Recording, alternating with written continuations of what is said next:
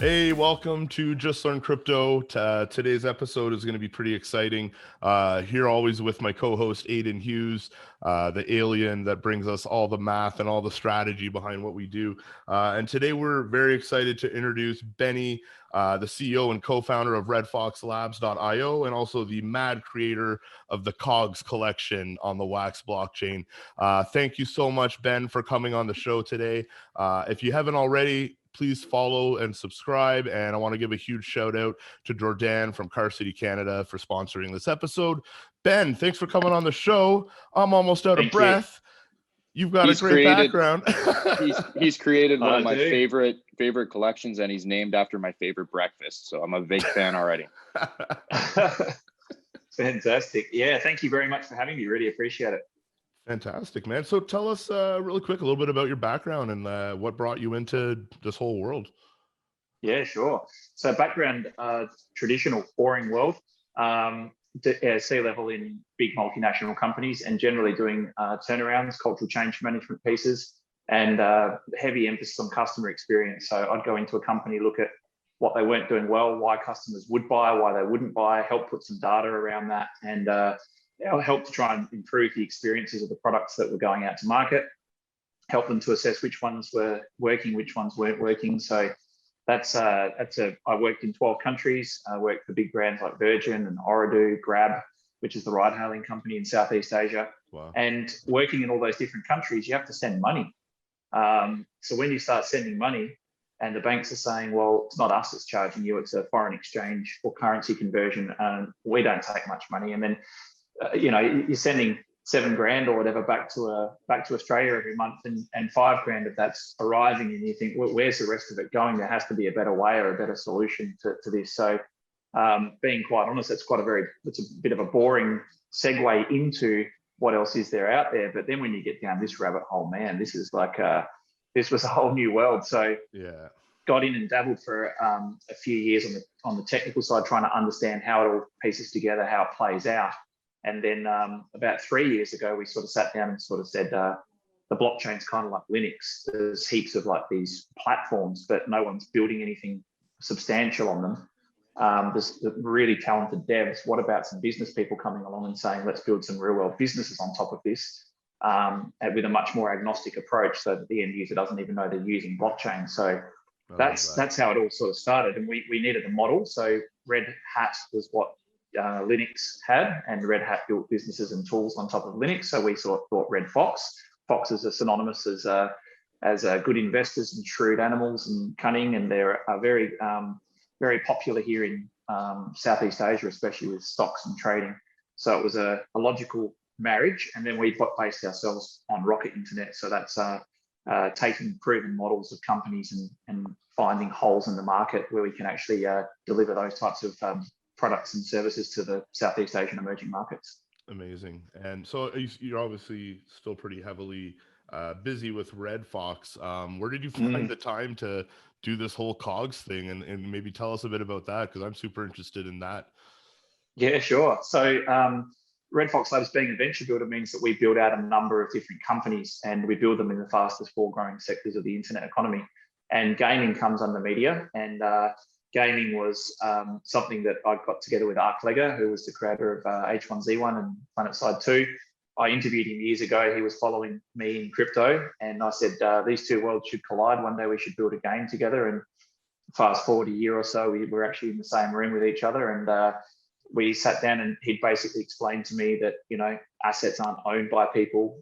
You play for thousands of hours, and Dota turns off the servers, for example, and you've lost everything that you've worked for. And yeah, I had to get my head around how all of that works. And then we looked at the fraud side of things as well, because a lot of the skins trading is fraudulent.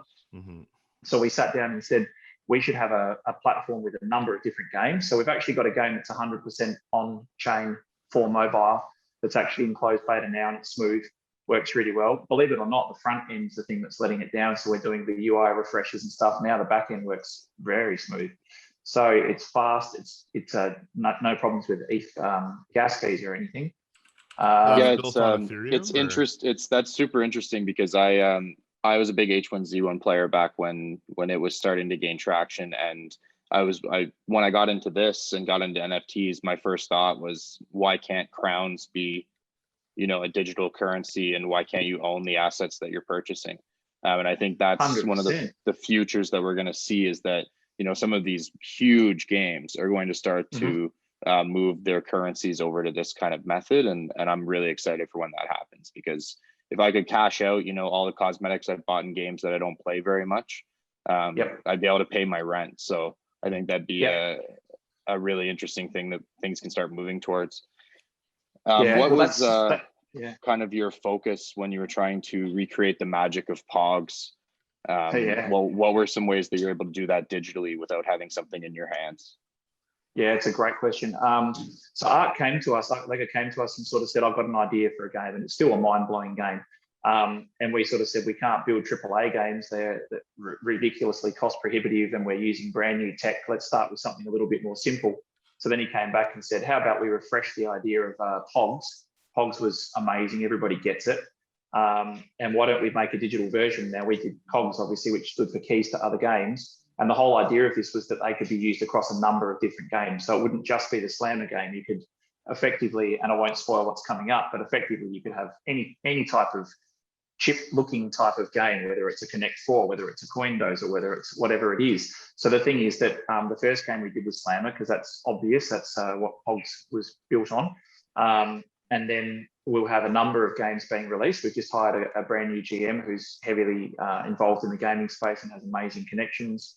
We've already got a partnership with a platform that has 2 million or 3 million now monthly average users in the Southeast Asian region. So that'll give us a lot of exposure for our game. But ultimately, we had to sit down and work out, how do we, like you say, how do you get a digital representation of that? People collected these POGs. The thing that probably killed POGs was that everybody could just come along and create as many as they like. They created these creation tools, and you could just mint your own. Yeah, there wasn't even a standard. Like, you had, like, they didn't weigh the same, they weren't cut the same. Like, eventually there were some pretty haggard looking tubes out there. Actually, that's funny you should say that. We've so we did the mechanism that we brought in just now, because we've got a whole plan for rollout, but we brought in tubes and everyone started calling them tubes. I saw that, and I don't claim to be an expert in any way on COGs. I hold, you know, about 100, I think, different ones, but I saw the tubes. And I heard something about how you can stake them. Yeah. Can you explain that, even just to me? And I'm sure there's a lot of people watching that'll love to hear this. Yeah, sure. So we started off with what was $100,000 worth of RFOX a month and a half or 2 months ago, and we put that up and said, look, there's a set reward. Sorry, before you go any further, sorry. So there's an RFOX token? Mm-hmm. Okay. Did we? So the RFOX token is currently about 180 in coin market cap. It's oh wow. It's it's about 180 million at the minute. I did all my research in COGs, man. Sorry, I was so excited. No problem. So excited about worries. That. No problem. So how it actually works is you get a tube, and that tube has to be a set. So it can be a rainbow set, which means that they're all the same picture, that you've got every border type, or you've got all the same border type. So we've gone into like thousands of variations, which is cool. So then you get a tube, and if you've completed that set, you put it in a tube and you stake it for 90 days, and you get a set payout. And now, do you stake this on Atomic Hub, or do you have to go to the COG website for this? You can actually go into the into Atomic Hub, and you can actually stake it on Atomic Hub. Oh, cool, awesome. Wow. Yeah. So it's kind of similar to what our planet's doing with Aether, in that you're earning a separate token. Yeah. Yes, correct. That's correct. And what are the top 3 exchanges that RFOX Token are trading on right now? Yeah, Uniswap. Okay. Oh, nice. Obviously, because it's an ERC token, and we basically bridge to the other network. So we're going to be doing a lot more of that in the upcoming. Blueprint, which is also an AMM second layer solution, and then also Liquid Exchange, which is the KYC regulated one. Dude, I gotta ask, man, are you catching any slack from the RFOX team? Are there any like Ethereum maximalists that are pissed off that you built COGs on the Wax blockchain and not on the Ethereum blockchain? Not really, because I think that Wax, like, to be honest, when we first started, we had great ideas, and we're business people. We build businesses. We know how to build high growth, high scale businesses. But when we would never profess to be the most technical team in the world. So we needed where there was tools, we needed a platform, we needed users. And what we have to do with each of the ventures that we launch is try and find a product market fit. And if we find that product market fit, then we go. So right now, we've just announced that we're building out our own platform for that's agnostic. So think about NBA Top Shots, for example. You imagine if anybody that has a creation could come along and skin a Top Shots looking type site that has all of the functions, features, and flow of a great customer experience. But we have, RFOX has a rewards and cashback system that we're bringing out through one of our ventures, and that will tie in. I won't explain how because I don't want to. It's very competitive space. You can feel free to spoil things, and we promise we'll blast it all. Yeah, okay. Yeah. Well, by going through the platform, you'll be able to earn rewards and get cashback. So it's going to be quite different to the ones that are out there. That's awesome. And we'll also have grants that we offer to the best projects that want to launch through us. Nice. But getting back to your question, if you stake for 90 days, you get an RFOX payout, and that's a set number of RFOX. Now, back when we started it nearly 2 months ago, it was 100,000 that we put up worth of RFOX, and that's currently worth 600,000 now. Wow. So people are getting, some people, one of the people in the community said they spent about $3,000 on their COG collection, and they thought, wow, I've spent a fair bit, and they're getting more than that back just in staking. Yeah, Benny making it rain on these NFT fans. Yeah, love it, man. It's been really cool. Yeah, that's awesome. Now, one of my favorite things about POGs back in the day was the slammers. Yeah. Is there going to be like a tournament version of yes, COGs? Of course, yeah. Yeah, you can actually already go into the closed beta as long as you've got 40 COGs. Okay. And you can actually play for fun. So that's the first stage. Now we're doing the UI. Aidan, I'm calling you out, bro. I'm calling you out. I've played on live on the streams. I was awful. Awesome. And then I've played a couple of live streams, and I haven't been beaten since I've been playing on the live streams. But ultimately, play for fun, play for keeps, and tournament are the three ways. But the most important thing about this RFOX Games ecosystem was having a play to earn, and having the ability for people to be able to earn and create and make money. So ultimately, what we're doing is we're giving people the power to come in and create their own NFTs, but also interject those into games that we already have up and running. And it's tailor-made for IP. So we're just about to announce some IP deals that we've got. And this has been the plan since day one. It just takes a while, as you know, to gain that traction. And now we've got the ability to be able to spread our wings across multiple chains now. Yeah, I definitely, I love what you guys are doing, and I'm learning a lot even right here in the moment. Like if my physical collectibles were giving me a 90-day staking reward, I would be right where your background is right now. I'd be right there for the rest of my life. So I think it's absolutely vital that, you know, they have a use in holding them. And the beauty of it is that as they hold them, you know, the individual COGs are appreciating in value a lot of the time. And they're earning the staking to pay for the collection. So it's super, super cool, man. Thank you very much. What gave you the idea for the colored borders? Because that's something that you guys are doing that's very, very different from anyone else in the space. Yeah, we figured that that it's good for scarcity, it's good for collectability. What we wanted to do was combine the magic, so to speak, pardon of Magic the Gathering, and having the type of having the different collectible types, because what we saw in the space was that people were doing this very simple type of, it's a common, it's an uncommon, it's a rare, or it's an ultra rare. Now that's fine, and that's a proven method, and it's a path that works, but it was literally just, let's just make the common still, and the uncommon will have a bit of a glimmer in the background, and then the rare will have like a border that moves, and then the ultra rare will have a bit of a holographic type of an image. And we turned around and said, you've never needed to dress things up in that fashion. All you have to do, and it's good that you can do that, but you just have to have good solid art. And then if you've got different border types, that's all you need. And people will be able to differentiate really quickly between the thickness of the borders to what rarity it is. And this makes it much more like a traditional space. And it makes it less about the glitz and one thing about anybody that's followed us since the beginning, we don't go in for all the hype and try and do the whole, we're going to reinvent wheels and all the rest of it. Data doesn't lie. Data tells you what works and what doesn't work. Exactly. Well, it also leaves a lot of room, man, for the future, because, you know, when you get to say your 10th series or 20th series, then you can start flashing it up a little bit, you know, bring in some animation to make it a really special thing, where your first original ones should look like first releases, where they're very simple. You know, it's right. It's an amazing process. I love that you're looking, you know, 5 years ahead. We actually don't build anything. We don't build anything with now in mind. What we always do is it's a philosophy that we have, and we talk about it all the time, but we start with the end in mind. So we say, what will this look like in 8-10 years? And then how do we work our way back from the end to where we are now? So what do we have to do to get there? So we've been very methodical and careful. It took us 18 months to 2 years just to get the game sort of side of things right. Now the game's kind of cool, it's engaging, but the UI needs to be, as I say, it's being refreshed as we speak. So it's enclosed. It'll go to a full public beta sometime in the next few months. But at the moment, you can still get on and play it and see what's coming. The staking's provided the rewards to people while they're waiting for that to come into play. But we think play for keeps and stuff is going to be massive. There'll be lots of streamers that get on and battle each other, and we'll do big tournaments and stuff like that. So it's going to be pretty big, I think.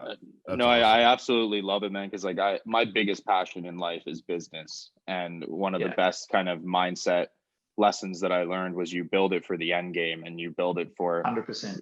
Not to say that we don't all love our baby, but eventually you want to sell it in some cases to someone, right? And so you build it for the buyer at the 20 years down the line, and having that mindset from day one is really healthy, because you put systems in place that are going to be built for growth and built for, the long term. So no, I love what you guys are doing. You can just tell just by looking at the collection, the website, and everything involved that you guys are pros. So super excited. Thank you. It's been a long process. Super deep question, man. We're gonna peel open some layers here. Can you pick a number between 1 and 200? 146. 146. Awesome. I'm actually doing a giveaway on Twitter right now for a Series 2 pack of KOGs, and we've got a little over 200 people that have retweeted that tweet to try to get that pack. So I'm going to do a random lottery within the next 12 hours, and number 146, whoever's got that assigned to them, they're going to be the winner of the KOGs pack. Oh, fantastic. Awesome. But my real question is, do you guys have one person doing the art on KOGs? Are you guys working with multiple artists?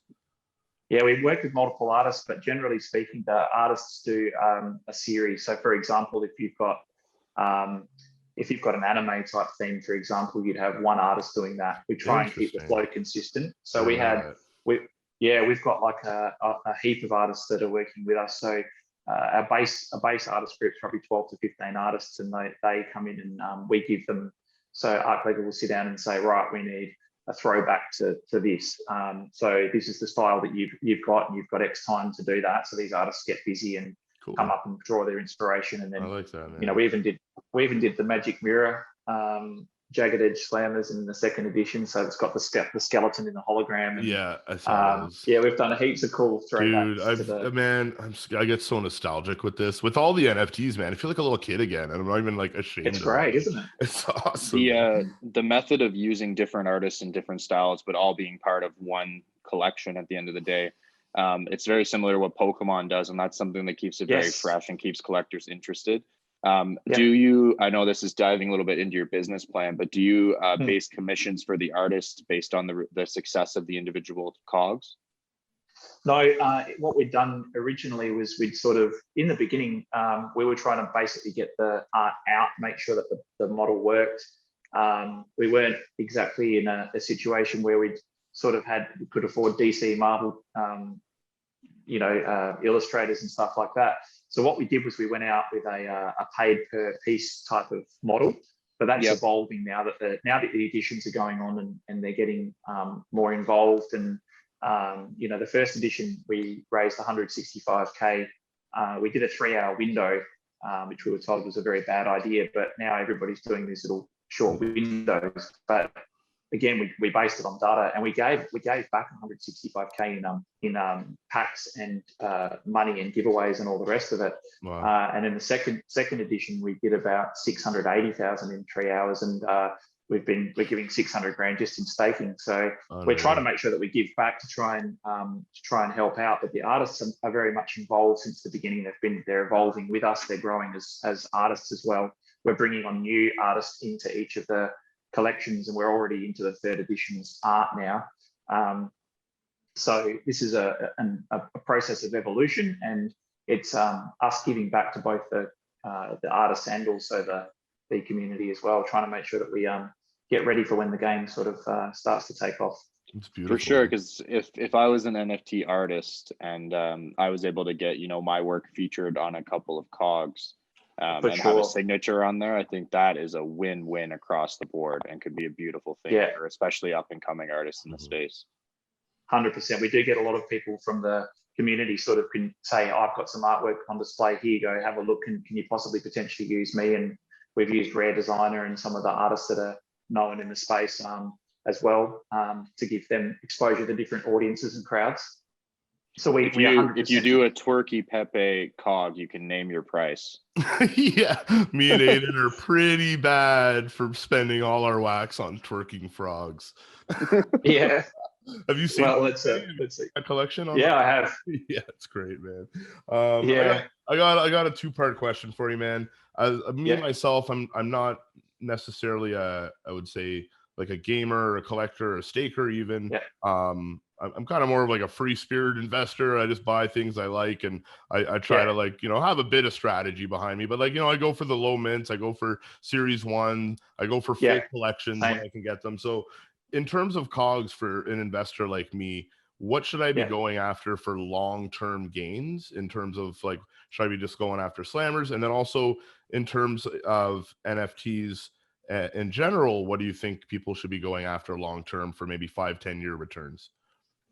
Yeah, it's a great question. I'll be honest, I'm in the same boat as you. And so when Ark told me, he said to me, you know, slammers are the thing, right? Slammers, people don't understand the value of slammers. Pogs collectors understand it, right? So I had a look at it, and because the grading system is slightly different. So, for example, an uncommon foil slammer is actually rarer than a ultra rare normal slammer as far as population is concerned. They've got their own rankings or rating systems. So I was really slow to pick up on this. And in the first edition, some of the whales that had come in just went bang and started buying all of the foil uncommons and commons and rares. And I was thinking, what are these guys doing? Like, you can buy an ultra rare foil normal one. So I worked out. So when it came second edition, I was in there in the market buying the uncommons and the rare foils for the slammers. But slammers will obviously do very well, and they'll be a big feature in all of the games that we have.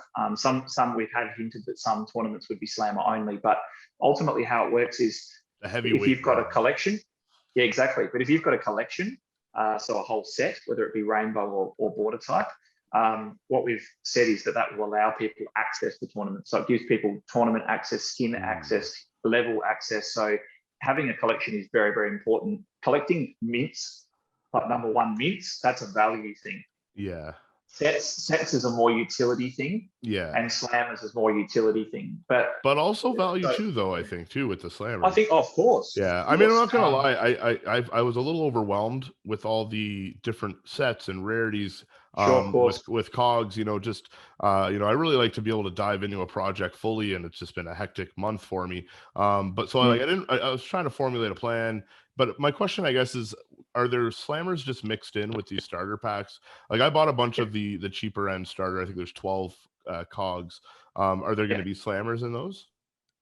Yes. So the idea is to make sure that we've got slammers are a feature of the game for sure. But of course, ultimately, in the beginning of the second edition, we had the collector's packs. So the collector's packs have more of these special slots, and the special slots give you the chances of getting like the higher, gives you a higher percentage of getting the really rare ones. Because if you get like a gold jagged edge foil slammer, I think, you know, every now and then one pops up on the market for $3 or $4 grand, but they're generally going for a lot higher than that. These things are ridiculously expensive, but the chance of grabbing one of those in the lower packs is supposed to be a lot lower. So does it blow your mind that a virtual, roughly the size of a 1 ounce gold coin is worth more than an actual 1 ounce gold coin? Does that ever blow your mind? You're like, dude, this is crazy. These COGs, like the value that some of them have, like even all the NFTs. Do you think? Well, I'll tell you this much. If you think about it from a token perspective, like an ERC token for any of these projects that have got an idea, all right, they don't even have anything out. It's an idea, it's a concept, and you're buying into the vision. A lot of those go for, you know, a lot. And you think to yourself, at least it's actually something, and it's all IPFS based as well. So you own it, it's yours. So I think ultimately, I think there's a case to be argued for the fact that at least there's some value there. You can see it, you can interact with it. You own it. Yeah, I would say, just because Shawn and I are very, very different in that I am a gamer. I am looking to manipulate the system and find a way to make a lot of money in the space. And so I like shiny things. there's one big thing that you said today that I didn't know, and it's a shame I didn't. Maybe best for my bank account, but who knows? But the fact that there's staking available, I'm definitely going to shift from. I've scooped up probably, I think 40 mint ones at this point. And I'm going to shift to trying to complete some sets and get into that side of things, because there's one more window coming up, and that'll be a big one. So that'll be a big staking window with set rewards. So you can look up how much the rewards are for the different ones. So 100% you can get in there and do that. Awesome. Well, honestly, man, I'm a big fan of what you guys are doing. I think maybe some feedback would be to explain some of the things that you've gone through with us today. Like written for a 3-year-old on the website, so they can understand all the different things that are involved, because there is a lot going on with it, as there is with anything amazing. But yeah, man, I just want to thank you for coming and hosting this class with us today. No problem. Where can people follow you and what you're working on? Yeah, so Red Fox Labs Twitter account is very active, obviously. We also have on the different sites, so if you follow that website, the Twitter account will take you to the website. On the website, you can actually subscribe to the newsletters, and we do weekly newsletters that give you a helicopter view of what's going on with all the ventures underneath and what we're bringing out and how to keep across everything. So that's probably the easiest. But as a venture builder grows, what will end up happening is some people will like KOGs in the games, some people will like our e-commerce and streaming app, some people will like our virtual space, some people will like our media section. So we're going to have completely segmented different audiences, but we're going to have a common theme across all of them that allows you to earn and spend your RFOX across all of the different ventures. So that's something very exciting that we're about to fully roll out and announce in the next couple of weeks. That's amazing. I love it. We'll have all of those links down in the description so the viewers can become a part of this amazing movement. I just want to thank you, Benny, for coming on the show. For the class, you guys are dismissed, but remember, your homework is to subscribe and start following RFOX and what they're working on. Yeah, because I run detention, and you don't want to be hanging out in detention with me. That's right. And sometimes when Shawn's busy, it's the CEO of Ripple, so we don't want that either. So we're gonna sign off, and thank you guys for watching. Have a great day. Thanks for coming on. Thanks, guys. Thank you so much.